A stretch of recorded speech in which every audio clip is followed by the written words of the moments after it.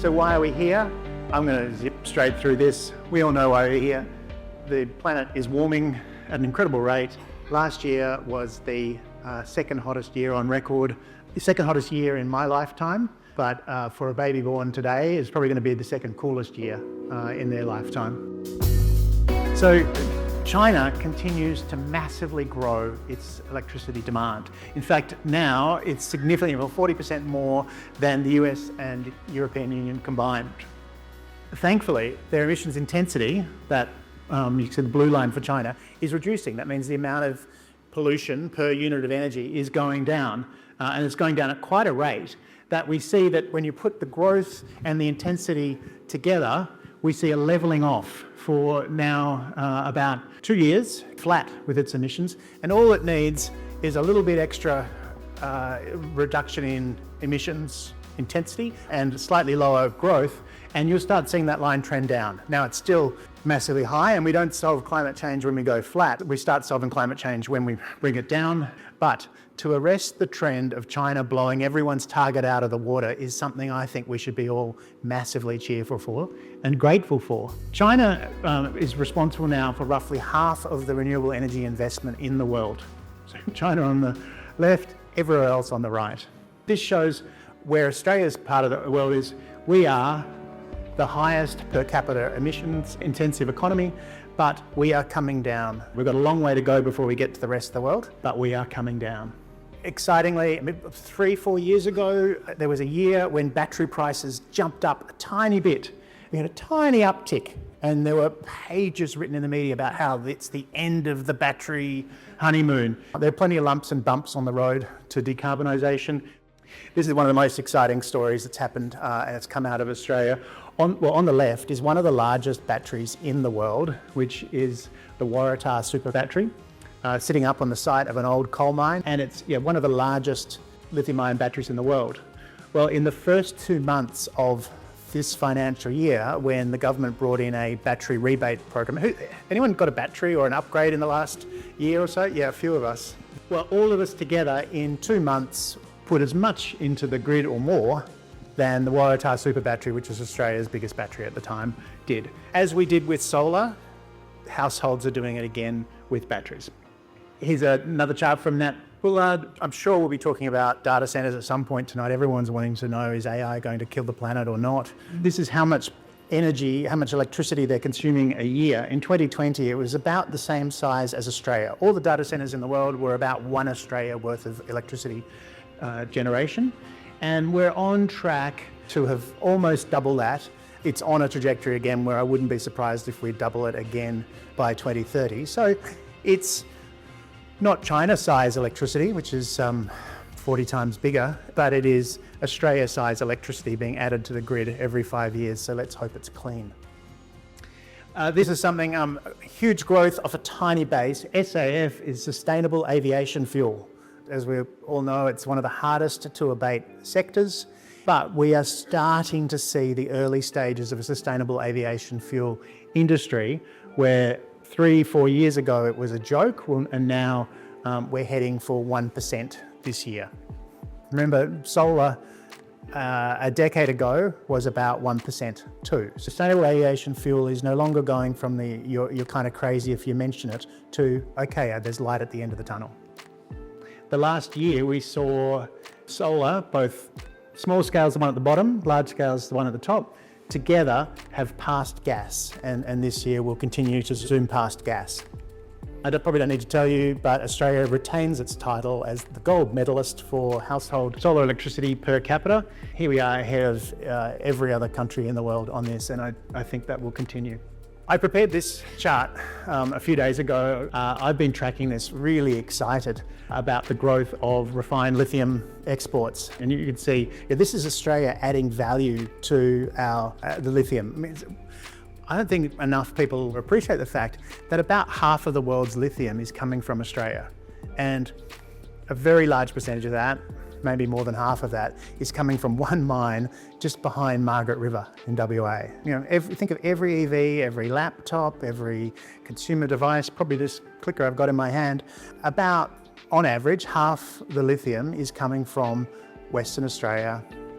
Very excited that we started processing it and building facilities to process it. Nuclear, I've made no apologies. I have a deep interest in nuclear. I think it was totally inappropriate for Australia, and I had, did a lot of analysis and I presented that around the country. I've been a nuclear tourist. I think it's a fascinating and interesting technology, and I hope countries that don't have the bounteous wind and solar, I hope they choose that over gas and coal. Some of my best friends are nuclear engineers, and they were so excited. 2025 was a record-breaking year for nuclear, incredible year.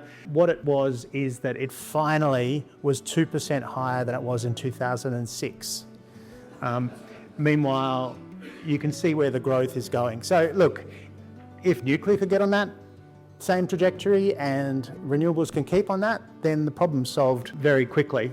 But one point I wanted to make in this whole discussion we had last year around nuclear is the amount of energy we've added to Australia's grid. The amount we've added in just the last 8 years is equivalent to 8 nuclear power stations. And the coalition was talking about building 7 nuclear power stations by 2050 without a plan to do so.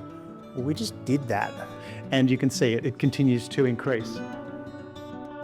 I'm sure there are lots of readers of The Australian in this room, and you would be reading all the time that EVs are dead, that no one's going to drive an EV. People still believe it'll ruin the weekend. Meanwhile, the rest of the world continues to transition towards electric vehicles. What we've seen immediately from the conflict in the Middle East, we've seen gas prices in Europe shoot through the roof. So tension in a faraway place that none of us will probably, very few of us will ever visit, is having a massive impact on cost of living. But not in Norway. Not in Norway, because 97% of cars sold last year were EVs. 97%.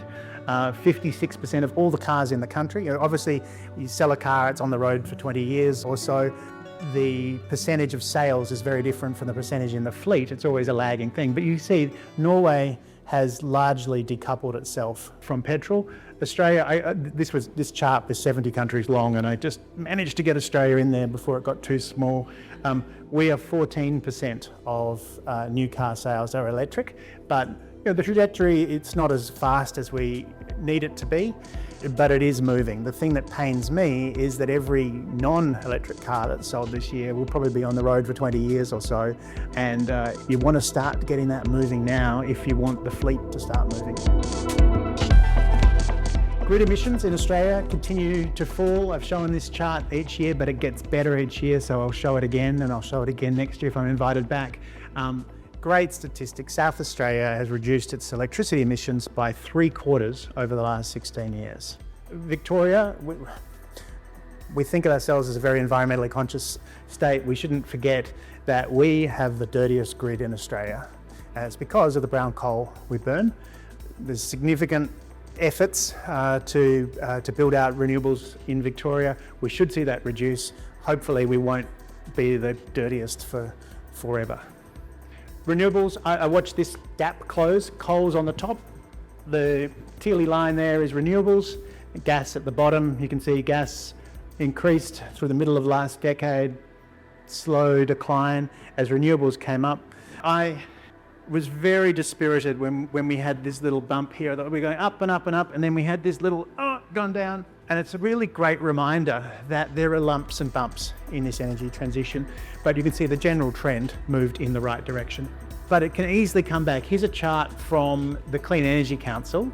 What happens in 2025 is the number of projects that have reached financial close, meaning ready to build, that fell off a cliff, well, for most of 2025, but we really need action at the federal level to ensure that we continue on the trajectory that is legislated, that Australians have voted for, that Australians want. Now, I really like this chart. I've put it up a few years in a row. Again, tealy one is renewables, black is coal, gas down the bottom. This is a day by day, one little step for every day in the last 12 months. In 2022, there was one day in November where there was more renewables than coal, just one day. The next year, there was 8 days. Year after that, there were 29 days with more renewables than coal. And last year, 109 days where there's more renewables than coal. These things move and they move quickly. Not only do we have to win this climate challenge, we have to build more renewables every year for a while to push that coal out. And I did this analysis from AEMO's work showing the 3 different phases of the renewables transition. Before 2018, when we were building a small amount per year, then the period we've just finished where we averaged about 8 terawatt hours a year. So quite a big increase. Well, if we're going to hit the 82% renewable target, if we're going to hit in 2030, we need to average around about 23. So from 12 to about 23. So great growth last year, but a long way to go if we want to get up. We've increased by 350% before. To get to this phase 3, we have to increase by 300%, and we are halfway to that increase now. This is a great news story, storage in Australia. And this is just the utility storage, this is not the household one. This is what's happening in the utility scale. This is the capacity in gigawatts, not gigawatt hours, of how much battery has been installed. The beginning here, that was the massive Tesla mega battery that Elon flew out from the US for, and it was the biggest battery in the world, and it was that much on the chart. And you can see how much more we have built since. The biggest battery in the world is now one of the smallest grid-scale batteries in the world. Here's a chart that tracks when the records have been broken and how much it's been discharging in the same sort of shape.